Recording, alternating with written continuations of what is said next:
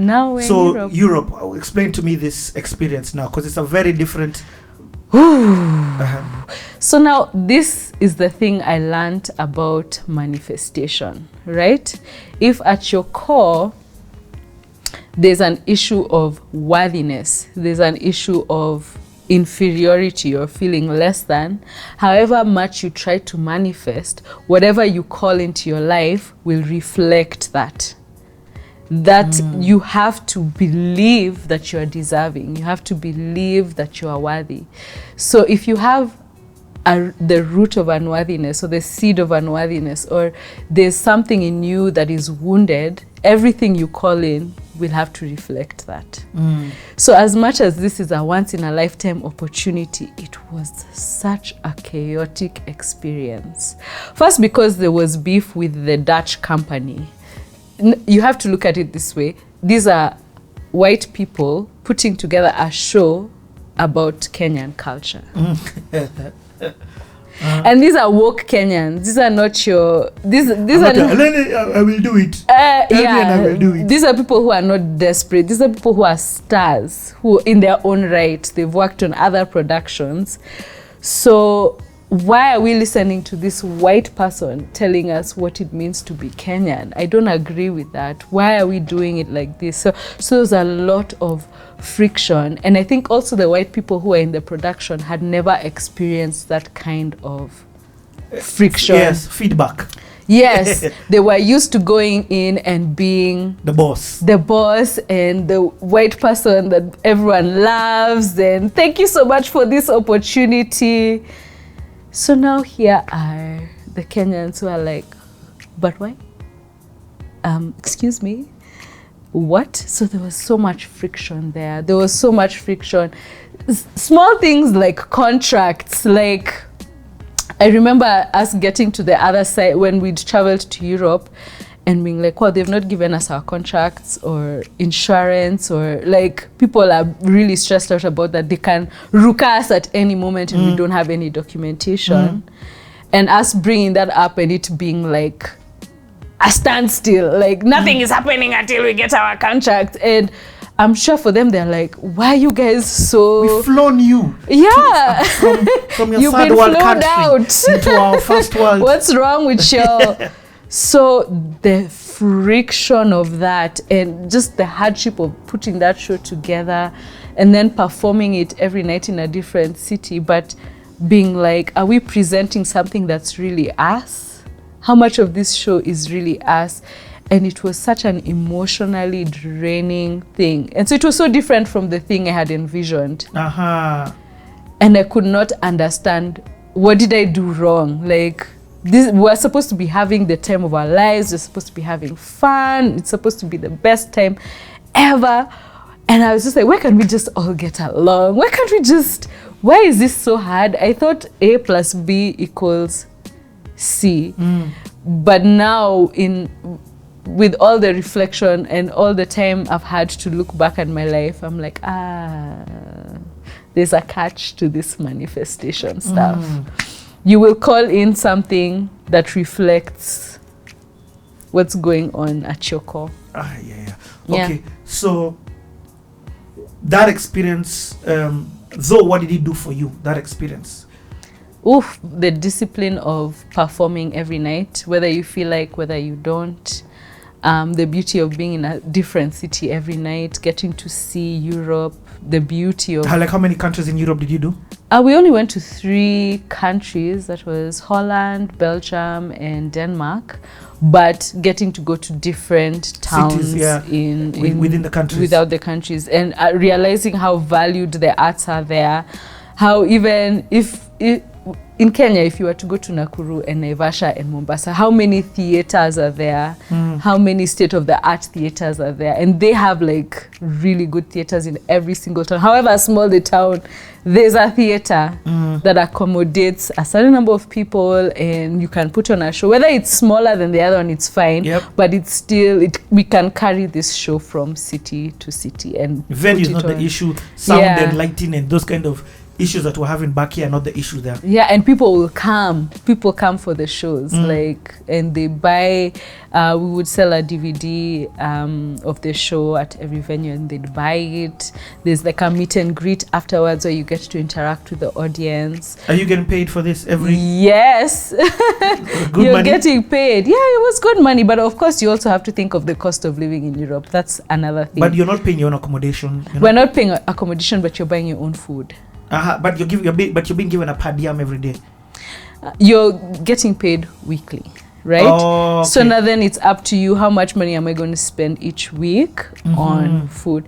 So if you're going to be extravagant and be like, I'm going to eat steak every night, my G, you'll finish your per diem. And like, but if you're smart about it, and fine, I'll cook at home, then I'll carry my food. Was the per diem different from a full pay? That's what I'm saying. There was really no per diem. Oh, it was you're getting paid weekly. I get it. X amount. I hear you. So if you save and you keep your money till the end, you could go back home with a lot of money. But there's a lot of temptation to spend money, to buy clothes, to eat at cool places, because you're also a tourist. You've never been here before. I get it. So, like for me, I think I spent half of my chums in Europe cool. just exploring, seeing. But for me, I wanted that experience. Yeah. So the cost of living in Europe is really high. If you wanna ball, you can't really like ball out. You lose all your money. Yeah. So, and you're there for how long? 3 months. 3 months. What about the relationships now with the different Kenyans that you're with? Yeah. How does that? I know the friction. I mean, of course, if you spend 3 months with somebody, there'll be friction up and of course, breakups to makeups. Yes. But how did that go now? I guess it was really cool because at the end of the day, you're in it together. But at some point, people are missing home. People are homesick. It's winter. That's another element to add. Like winter is because we went in the fall and then it just got colder and colder, and then it snowed. That's the first time I saw snow, but it's more glamorous on your TV than in real life, like cold. And so there were like falling outs and people making up. There were really amazing moments. There were moments of just like poor morale, weak morale, or like the guy who was heading the show, I think, I don't know if he passed away.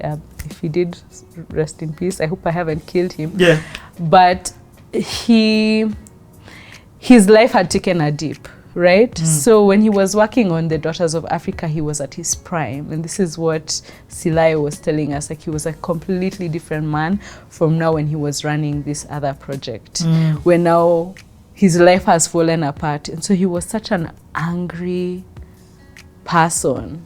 And there was a lot of that friction of him feeling like the white oppressor. There was that ickiness. Ugh, I hated that feeling of just... And unfortunately, race plays an issue. Race plays an issue. This is your first time going through, you had gone through classism, but now this is your first time going through racism. Yes, yeah. Because also, see, the picture of Africa that now we are selling culturally is very removed from who we actually are as young Kenyans. Like, what would you be selling? So, like, there was a lot of cool elements in the show, I won't lie.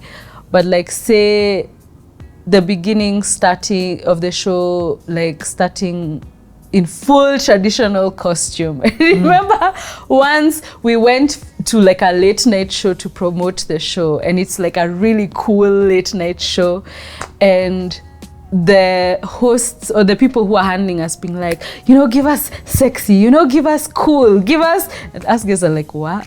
The way we're coming to sing for you, you know what the old white people wanna sing, like just say, which is cool and it's a part of us, like our culture, but it's not what you're jamming on your phone now. Yeah, exactly. So it felt like it was a show tailored to sell the culture of Africa to white people.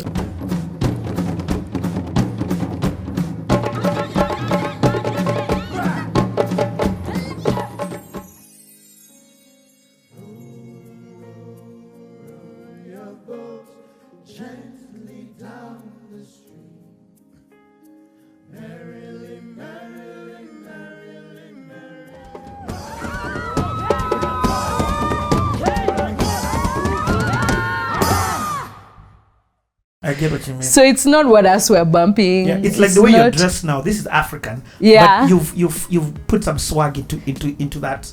Top. Yeah, there's some swagoo, right? Yeah.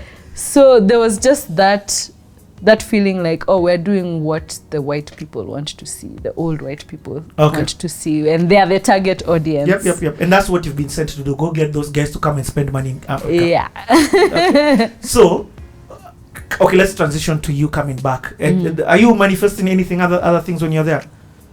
Yeah, me, I'm like, how can I be like an artist like Beyonce, like Rihanna, these people who like book stadiums, these people who go on tours, who are business women, who have lines of, you know, makeup or lingerie, or, you know, like they're business women and they're dominating the charts. And I saw this DVD, the Beyonce Live Experience, which is like a 2-hour live show of her music and how she's like laid it out with a band and all the different elements that are entertaining. And I'm just like, I want to do that. I want to be, you're asking me what I want to be Beyonce. This is what I am manifesting. Yeah. So you come back to Kenya now. 3 months later. Where does the story go? Are you married at this time? I come back from tour and I get engaged. And so I get married the year after. But I've also I step into the world of acting. Right? Okay. So I'm in this show called Groove Theory. Oh, you're in Groove Theory, yeah? I was in Groove Theory for a season. Oh my gosh, also when I was in campus, I was in a TV show called Briefcase Incorporated. Yes, you're in Briefcase Inc. Briefcase with Georgie and Njora. Right, yeah. Georgie and Njora. It was directed by Yafesi. Finance. Okay. Oh, I believe we're done here. Yeah, we are done. Yeah. But before we go, just one more question. Yes, that CD of yours, is it possible to get it on DVD? The song. Even CD is fine. Let's get to Anne about those estimates. I'm sure she will promote. Yeah, well, thank you for your time. Very productive meeting. You have a song. Jackie was finding it harder and harder to keep her secret life secret. But those were Jackie's crooks. Since we had worked really fast and we happened to be in the area, Ben recommended that we follow up on Jackie and our offer to her. Are you guys normal? Relax. See, your boss is out of the country. Sharon Stone, yuko? Yeah, she went for some seminar in the UK or something like that. So how have you been? Okay, I guess. You okay? Mwanzo ngekuwa jana. Uko na drama mzee yani. What drama? Nothing. Look. Hey, it was not nothing. Sindi alipotea. Aliepa shule, alafu akapotea tao. If it wasn't for my bro, you have been lost. Enough. Missing. Is she okay? She's fine. Wait, that's not why we're here. Okay? Actually, usually I don't close this early. But since what happened to Cindy yesterday, I don't want anything to... Ni sawa. No, don't look at it like that. Look at it this way, okay? You are our client. Your client? That's why you're taking 60%? Mwenyewe chalo. Just listen, okay? Just listen. I'm not finished. Okay. So, this is how it's going to do, all right? You see, as your agents, we're going to give you bigger and better deals, okay? Such that, you see that 40% will be much, much more than the 100% that you're getting right now. I don't believe you. Dude, where are you going? The client atakurudisha gari. Oh yeah, the car. Good stuff. Yeah, I did not notice it at the time, but my mind was slowly being gripped by the money-making bug, and I was starting to... So I'm like, okay, let me try this acting thing. And Groove Theory was a musical-based show, so... Hold on, don't run. Like, you see what I mean? Yeah. There's so much you've done, and some of it you're going to run through it because you're just like, I just did this for a stint. But there's somebody who their whole life what they want is that opportunity to be in a TV production. Now group theory was one. There were not too. It was one of its first of its kind. There were not too many of that. How did you even end up being on group theory? I mean, also not group theory. Briefcase Inc. first, because that came first. So both acting gigs that I got, it's because the person who was picked, couldn't make it for the actual show. So I remember for Briefcase Inc., the lady who auditioned and got in, like she had, I think, personal issues she had to attend to, so she couldn't actually be in the show. So they were like, who else? Let's try this babe. I don't know why. Maybe because of Village Christmases. I don't know why. Yeah. They were just like, can you? And at the time I was like, universe. Yes. Maybe I'm supposed to act. Also, who knows? Let's go with the flow. And what was your role in Briefcase Inc.? So it was on KTN. It was on KTN. Sundays. Good prime time slot. Yeah, it was a really good show and it had a really good slot. To this day, people are like, when will a demo Briefcase Inc? And I'm like, how do you even remember that show? Yeah, so I played a girl called Jackie who was trying to make it as a singer, but she had like a corporate job, right? But she was trying to do the balance of, okay, how do I answer the emails and then go for this gig? And then now my Georgie and Jora were like my managers. They were trying to hustle because they're just hustlers trying to make a buck anyway. So they're like, we can manage you. So that was my role. And you hadn't acted before, had you? On stage, but in an ensemble. I'd never like actually had lines. I never had lines. So this is my first time like having lines, acting on screen, acting at all. Like before I was like in the music ensemble. I wasn't really acting. And what was that experience like? Because now you tested fame slightly to a different audience. The mass. The masses. Or did it, not really, maybe just a few guys in school? It was interesting being in that situation, and this is something that has happened repeatedly in my life, where when I'm trying something, I'm not trying at level 0 and then getting to level 10. It's you're thrown into the fire. You're in level 10 straight. So you're acting with Njora, who's been acting like forever, who's a thespian. You're with Yefesi, you're with George. Like it's people who this is their craft. This is their craft. Me, I'm learning. I'm out here trying to figure out how to memorize my lines. I don't even think I fully understood what acting is. My strategy was just cram the whole conversation, know what he's going to say, and say it back. I wasn't even like trying to be in character, or I was really just like, yes, no. What? And I'm like, how am I still here in season 3? At least I got better at the cramming as time went by, but I didn't really fully understand what acting was. I think now is when I'm like, I get it. But I think you have to go through a certain level of brokenness to become a good actor. And again, I love what you said, and I completely agree with that. That you, even my observation of you, there are things that when you try, I mean, you picked up the phone to make a phone call and you instantly went on a Europe tour with the great people who are much older than you, to be honest. You've done with the TV slot that show got was KTN prime time on a Sunday immediately after news. Now then again, now you say you come back and you do this musical. This musical Group Theory, I know wasn't on. It was on DSTV. Is it Maisha Magic one? It was on Zuku. Sorry. Zuku TV. Yeah. So tell us a bit what you were doing in that show, and who were some of the people who were there. Yeah. Okay. So in this show, I was a teacher, and again, I got it because the chick who auditioned for the role was now hired to do something else. I think she went for Big Brother. It was Jazz Mystery. Yeah, I don't know if you know her. Yeah. But Christabel, yes you do. Okay. Jazzy Jazz. Yeah. The hilarious one. Yeah, so she had gotten the role, but then she was called, I think, to go for Big Brother or something. And they were like, hi. I actually auditioned for Group Theory, but then I didn't get the role that I auditioned for. And so they're like, see, she auditioned. My audition went horribly.